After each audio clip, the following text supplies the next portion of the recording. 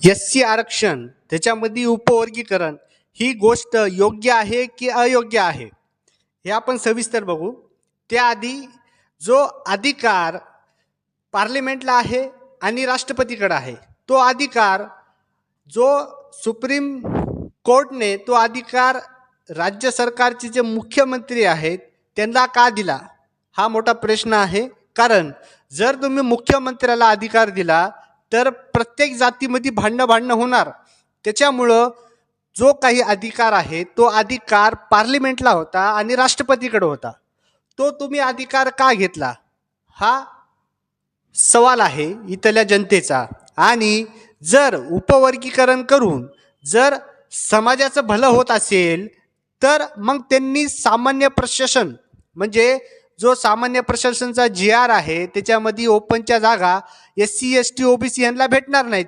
तुम्ही उपवर्गीकरण करायले आणि इकडून ओपनच्या जागा बंद करायले, म्हणजे हे योग्य आहे का? आणि उपवर्गीकरण करताना जे रिझर्वेशन कॅटेगरी आहे जसं SC ST आणि OBC यांची तुम्ही जी स्कॉलरशिप आहे ती तुम्ही कमी केलेली आहे. ठीक आहे. अजून नंतर तुम्ही SC ST OBC जे त्यांना पदोन्नतीचं आरक्षण आहे ते सुद्धा तुम्ही थांबवलेलं आहे.